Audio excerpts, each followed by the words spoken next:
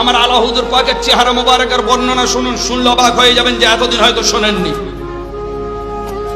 হয়তো যারা গত বছর এই কিতাব নিয়েছিলেন তারা হয়তো পড়েছেন, দেখেছেন, কিন্তু শুনুন আজ সবাই জেনারেল ভাবে যে হুজুর পাকের চেহারা মোবারকে সময়ের সাথে সাথে রং পরিবর্তন হতো। শুনেছেন কারো? সময়ের সাথে সাথে রং পরিবর্তন হতো আমার মাওলার চেহারা মোবারক আলা হুজুর পাকের। সকাল থেকে দুপুর অবধি, সকাল থেকে ফজর থেকে নিয়ে জোহর অবধি কিরম রং থাকতো? জামালি রং, জামাল, কামাল, নম্রতা, নরম, জামাল, জালালেন নয়, জামাল, জামাল মানে নরম, এই নূরটা থাকতো।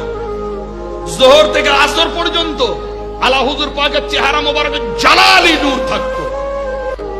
কে বলছেন? মাওলা পাক লিখছেন, আমি সেই কিতাবের উদ্ধৃতি দিয়েছি। মাওলা পাক লিখছেন নিজের আব্বা হুজুর সম্বন্ধে, আলা হুজুর পাক সম্বন্ধে, চেহারা দেখুন, এনাদের চেহারা, এনাদের চেহারা। আর আসর থেকে মাগরিব পর্যন্ত ওই আরাগ রূপ ধারণ করত, মাগরিব থেকে ফজর পর্যন্ত অদ্ভুত জালওয়ায় মাহবুবী প্রকাশ পেত।